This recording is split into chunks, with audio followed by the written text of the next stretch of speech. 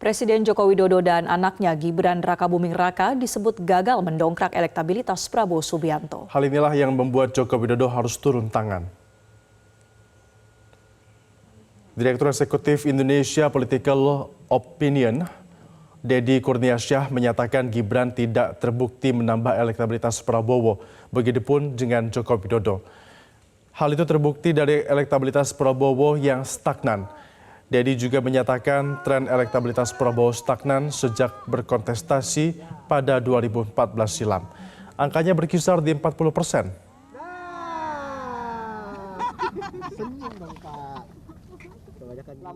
Elektabilitas Prabowo Subianto di 2014 lalu 2019 itu kisarannya tidak berubah sebagaimana hasil survei yang kami lakukan sampai di bulan Januari ini, yaitu di kisaran 42, maksimum bahkan dalam catatan IPO hanya di 44%.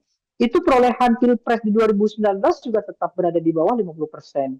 Dengan kondisi itu saya kira elektabilitas itu bisa saja diklaim justru murni elektabilitas Prabowo. Mitra koalisi dari partai politik tidak terbukti berdampak terhadap Prabowo Subianto. Gibran Rakabuming Raka juga tidak terbukti menambah elektabilitas Prabowo. Termasuk Joko Widodo juga tidak terbukti menambah kekuatan Prabowo Subianto. Karena kalau kita mau hitung-hitungan secara politik begitu ya, dengan adanya dukungan dengan dukungan Presiden Joko Widodo seharusnya elektabilitas Prabowo itu bisa menyentuh sampai 70%. Tapi faktanya kan tidak. Sementara itu, pengamat politik sekaligus Direktur Eksekutif Lembaga Survei Indonesia, Jayadi Hanan menilai seharusnya Joko Widodo tidak perlu memaksakan diri untuk pemilu berlangsung satu putaran. Jayadi mengingatkan ekonomi suatu negara tidak hanya ditopang oleh stabilitas politik, tapi juga demokrasi yang berjalan dengan baik.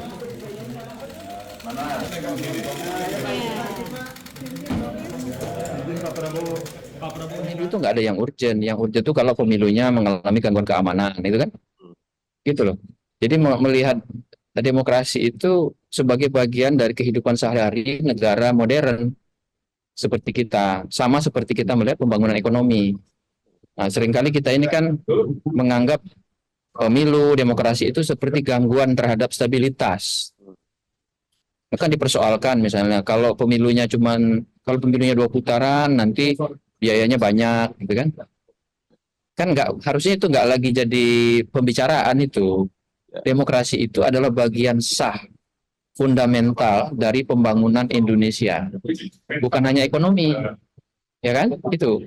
Karena bayangkan kita bangun ekonomi sehebat apapun, kalau sirkulasi politik yang tidak berjalan dengan baik, hancur itu ekonomi.